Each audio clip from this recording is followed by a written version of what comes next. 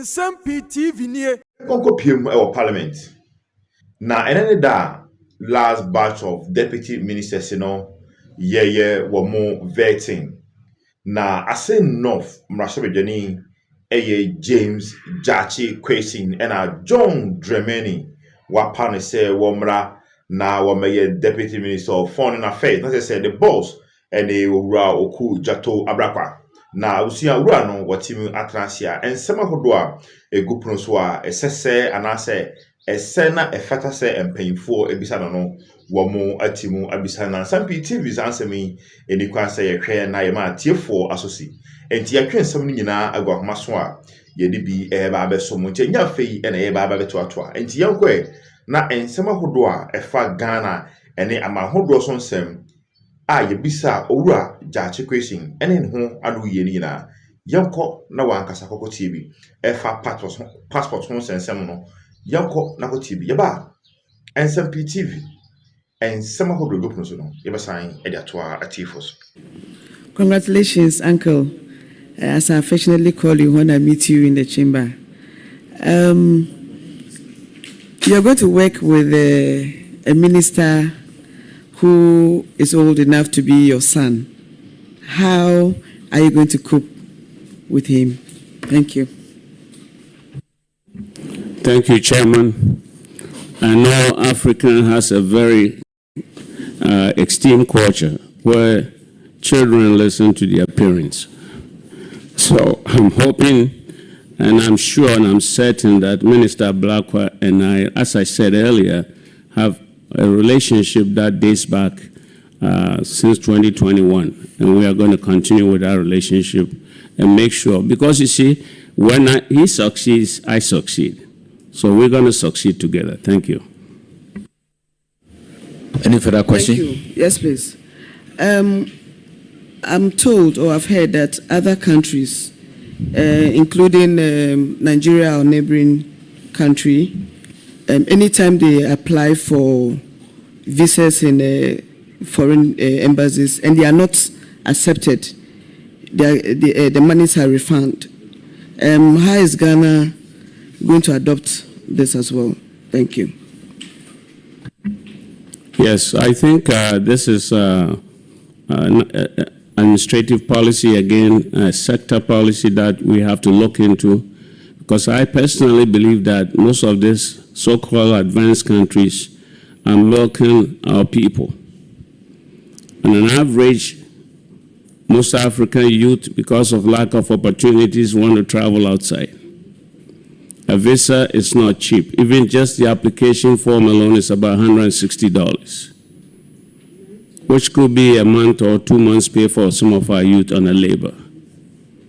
And this means these embassies are collecting this money and denying almost 90% to 95% of them. We have to find a way to streamline this to save youth the money. Most of these countries are using that as a revenue to support their embassies. And if we don't know that, we think that, oh, they're rich countries, so they're able to afford to set up embassies. That's not the case. Most of their revenues are coming from us to support their embassies, and we've got to find a way to put an end to that. Thank you. And I'll work with my minister to make sure any policy that we put together will be something that can be of interest, because you see, foreign policy is not about protecting the foreign or the foreign nations only. First and foremost, it should be protecting us. It should be reciprocated. Our domestic policy is what we extend to the foreign policy. Thank you very much. Mr. Chairman, no further questions. I wish you all the best, Uncle. Thank you very much. It's now the turn of Honorable Omar. You have the floor. Thank you, Chairman. I always call my big brother old soldier. Old soldier, congratulations.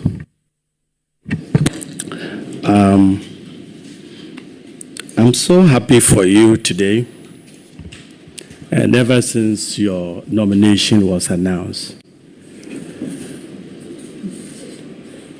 haven't stood your grounds, and also a trailblazer for the Bintus. I know you understand the Bintus.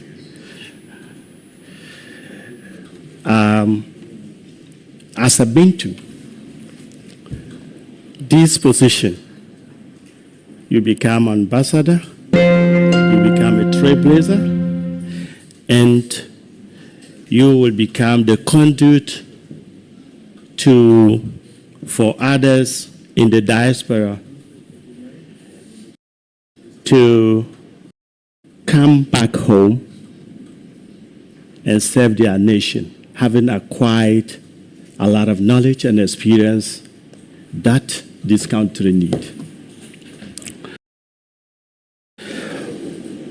My question to you today, and we're going to have some discussion.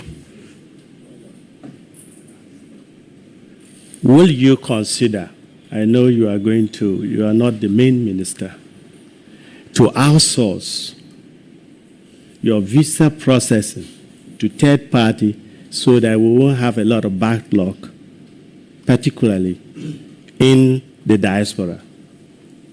Thank you. Thank you, Mr. Chair.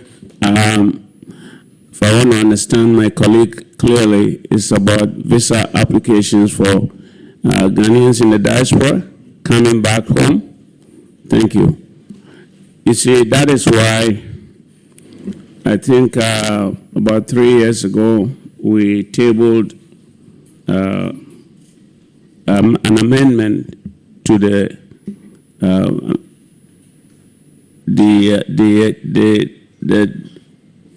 not the visa applications, but we did table, if I recall, refresh my memory, that dual citizenship amendment bill. This is something that we have to take very important as a nation, because we look at our GDP and remittances from the diaspora alone is one of the major contributors, along with our gold and our cocoa. Those are the three leading income GDP for the nation. And to just look at that and not tap into the wealth, the knowledge, the experience, and add it to what we already have home, we'll be doing ourselves a disservice. A lot of nations have recognized that. Even the UK does that. But here we are, and I'm sure all of you are testimony to what I went through, just to be part of the system, to try to pave a way for others to come. I know I have a lot of followers who are looking to see the success story, and I want to thank every one of you here. I know there was tremendous support from the House, even my brothers and sisters on the other side, who will reach out to me personally to encourage me. Even though it wasn't a party policy, they came out in their own humane sense to come and give me encouragement. And these are some of the people that kept me going. And the more reason why I asked for us to bow or stand at least for a moment for our brother who has left us.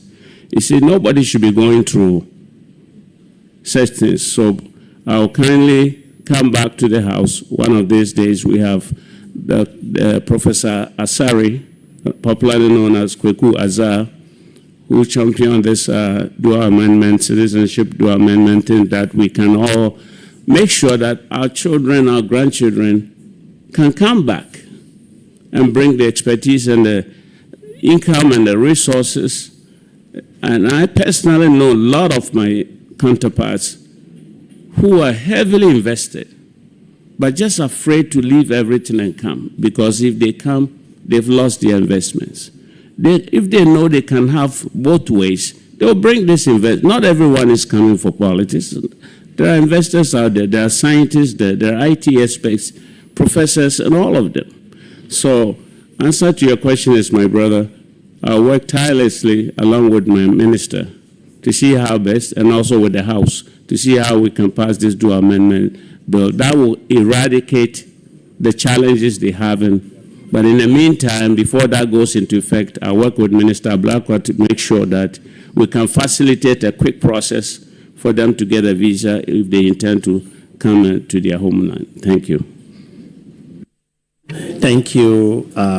Let's go to policy. Foreign policy. Are we still non-aligned? Well, Ghana has always been aligned. From foundation, from our Independence Day, thanks to our great visionary, Dr. Kwame Nkrumah Sajifo, when we got independence, he was championing an aligned movement. You see, when he puts a country in a line, you are more stable. Because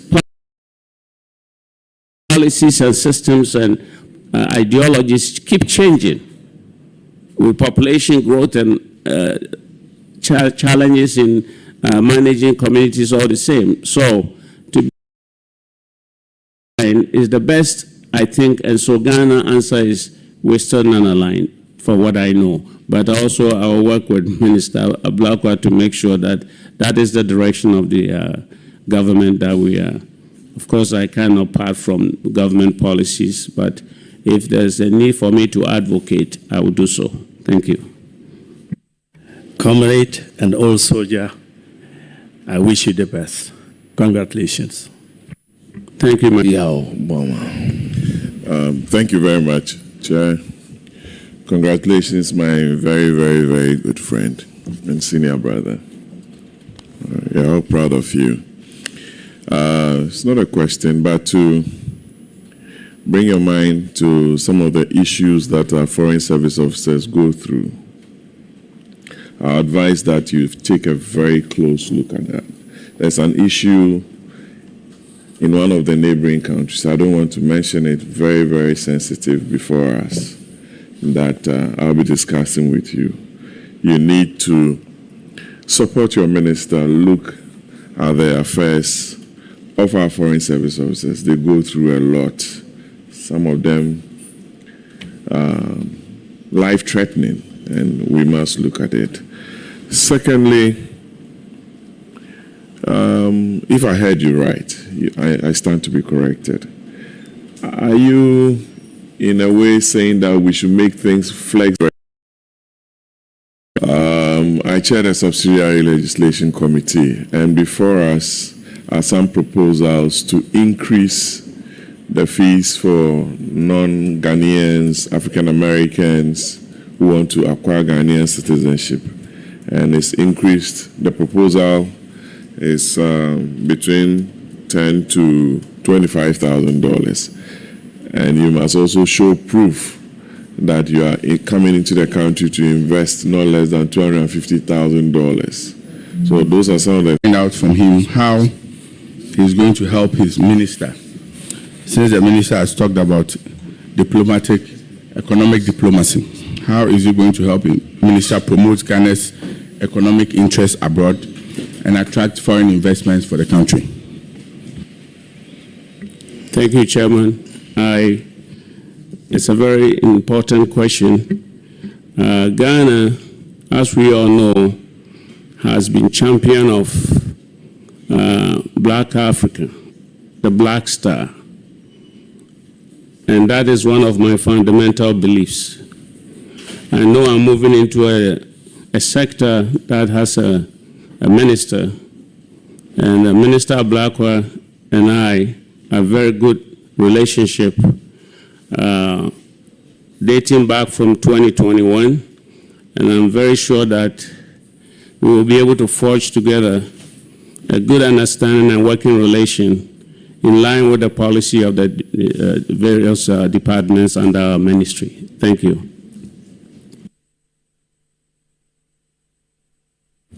Any further question? Yes. You did indicate that you're a Pan-Africanist. Would you share with this nation how that passion would drive you to help build a borderless Africa? Thank you, Mr. Chairman. This has always been my dream, that one day this continent will unite its people, because we all know united stronger than individual small nations. And the fundamental basis of our foreign affairs policy is dated back from when we had independence, when Kwame Nkrumah, our first president, Dr. Osagyefo Kwame Nkrumah, indicated that the independence of Ghana was meaningless unless it's linked up to the total liberation of the continent. I still believe strongly in that principle. And I think with that, we can be able to put together our resources, be a mighty force for global trade and relationship. Thank you. Any further question?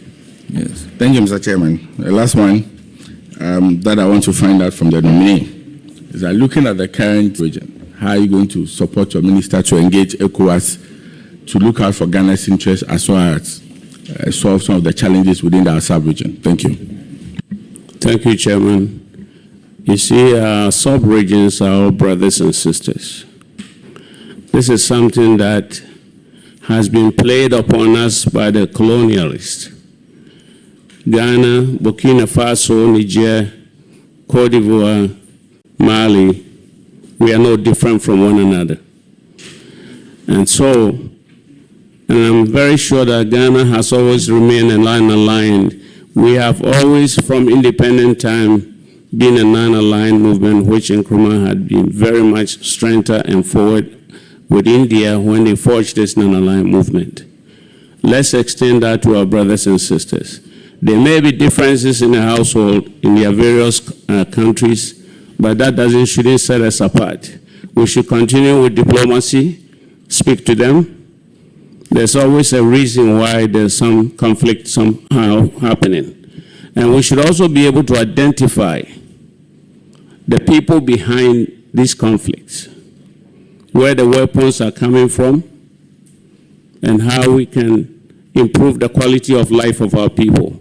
Our youth needs help, and this applies to almost every corner of Africa. Thank you. Thank you very much. I'll give the floor to Honorable Safoji. Thank you, Mr. Chairman. Nominee, I would like to once again congratulate you. Mr.